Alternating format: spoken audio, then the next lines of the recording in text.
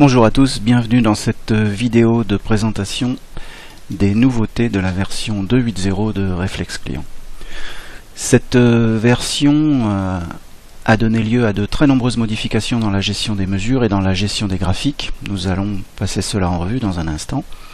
Et je vais dérouler devant vous un certain nombre de modèles qui ont été modifiés.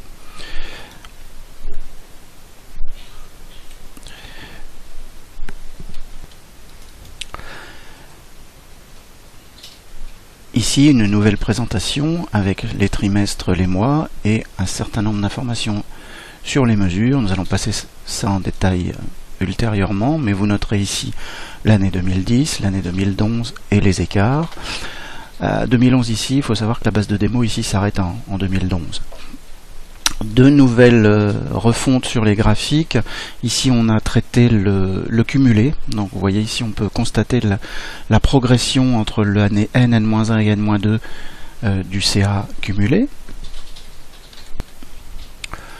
Dans le même genre, on a utilisé ici l'axe des semaines. C'était un petit peu un prétexte pour la présentation des graphiques en forme de courbe. Comme ça, on voit aussi l'évolution du cumulé à travers les semaines entre le N, N-1 et N-2. Un autre tableau, par exemple d'analyse par commercial, où on a utilisé aussi la nouvelle présentation des mesures. Dans ce tableau-là, je vois une totalisation année à hier sur l'année N-2, l'année N-1 et l'année N, de manière à comparer des périodes de temps comparables, le total des années, et ici j'ai choisi de m'intéresser uniquement au mois M-1, que je fais apparaître dans ces différentes déclinaisons, pareil sur les 3 années. L'occasion aussi de voir un autre type de graphique. Alors on jette rapidement un petit coup d'œil à la refonte des graphiques. Vous voyez maintenant que les différentes typologies de graphiques sont accessibles via un simple clic. On a quelque chose de beaucoup plus clair, de beaucoup plus facile à utiliser, toujours dans l'esprit de graphiques clés en main où un seul clic suffit à les utiliser.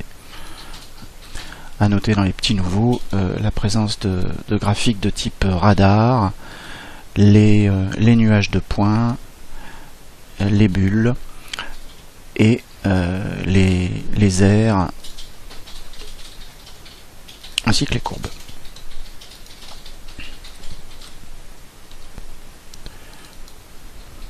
On va s'intéresser à un autre graphique, toujours par commerciaux, où là, eh bien, j'ai choisi dans le graphique d'avoir, voyez, le total 2009, le total 2010, l'année en cours ici avec son total cumulé, le pourcentage de répartition et répartition cumulée, et puis j'ai choisi, on verra comment tout à l'heure dans la construction, d'afficher chacun des mois de l'année en cours. Donc voilà une des possibilités de cette refonte des mesures.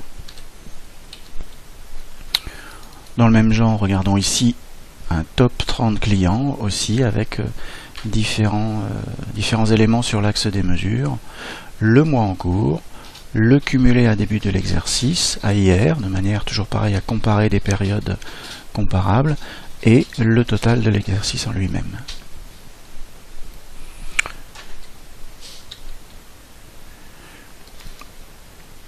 Rapidement, un autre type de graphique.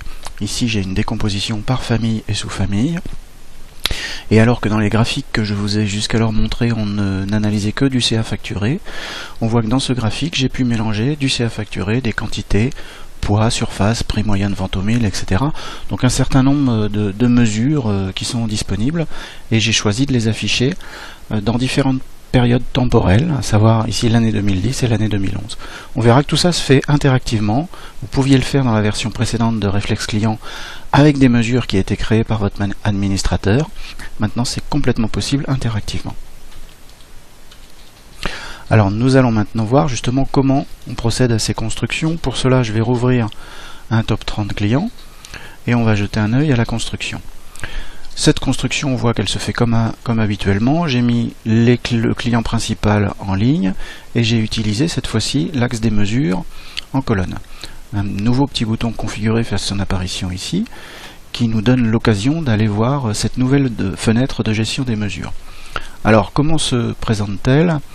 On va commencer par quelque chose de très simple. Je vais tout supprimer les mesures que j'ai choisi d'afficher à l'écran, et je vais utiliser les fonctionnalités que vous connaissiez déjà avant, c'est-à-dire je vais uniquement utiliser les mesures dédiées du cube. Donc par exemple, je prends ici le CA facturé, je prends le poids net facturé, et la surface. Donc je valide. Ici j'ai un état très simple, comme ce qu'on pouvait avoir, CA, poids, très simple. Je vais faire une autre variante. Maintenant je vais utiliser la partie basse de la gestion des mesures, qui est maintenant dédiée à ce qu'on appelle les mesures génériques. Alors les mesures génériques, en fait, c'est une sélection temporelle de valeurs. Donc par exemple ici, l'année N, donc pour rappel, ma base de démo est située en 2011, donc sinon on aurait évidemment 2013. Donc je choisis ici de prendre le total que j'ai en 2011. Je dis tiens, je vais avoir le total de 2010 qui va m'intéresser. Je le mets là, le total de 2009, ça c'est aussi intéressant. Et puis comme je vais être intéressé par les écarts par exemple, eh bien je vais prendre l'écart entre 2010 et 2011 en écart, valeur et pourcentage. Donc je le prends et je vais le positionner entre les deux. Et puis je vais être intéressé aussi par l'écart entre 2009 et 2010, pareil, en valeur et pourcentage, et je vais le positionner là. Voilà.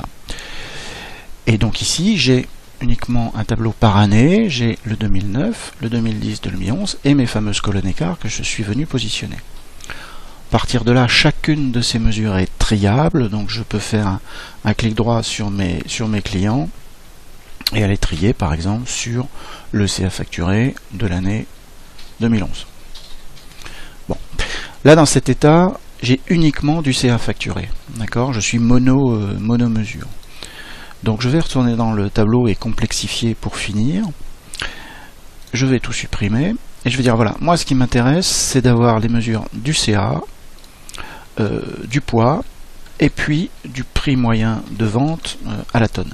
Donc je les sélectionne dans la partie haute avec la touche CTRL, en sélection multiple, et je retourne dans la partie basse et je vais dire voilà, je vais m'intéresser à 2010, à 2011, et puis à 2009, et je vais ajouter toutes ces informations là. Donc pour 2009, pour 2010 et pour 2011, il m'a ajouté chacune des trois mesures. Donc ça donne quoi? Ça donne un tableau assez net, voilà, par année, 2009, 2010, 2011, j'ai chacune de mes trois mesures. Voilà. Donc j'ai toujours la possibilité d'en configurer, de réduire un petit peu la colonne de chacune des mesures, si je veux, pour avoir un tableau un petit peu plus compact. Et de la même façon, je peux choisir dans ce tableau d'ajouter le mois en cours. Voyons voir, je vais dire voilà, moi je veux toujours mon CA, mon poids facturé et mon prix moyen de vente à la tonne, mais je veux l'ajouter aussi uniquement dans le mois courant, hein, donc je vais choisir de le mettre en début de tableau. Et puis ce qui m'intéresserait aussi, c'est par rapport à l'année 2011, pour chacun de ces clients, d'aller mettre la répartition et la répartition cumulée, et je vais le mettre à la fin du tableau. Voilà, on va voir ce que ça donne. Donc je cache le panneau de construction. Voilà, j'ai un tableau où j'ai obtenu le mois courant, ici, j'ai obtenu mon année, et tout à la fin, par rapport au mois courant, oui j'ai sélectionné le mois courant ici, j'aurais pu prendre l'année, j'ai la répartition et la répartition cumulée.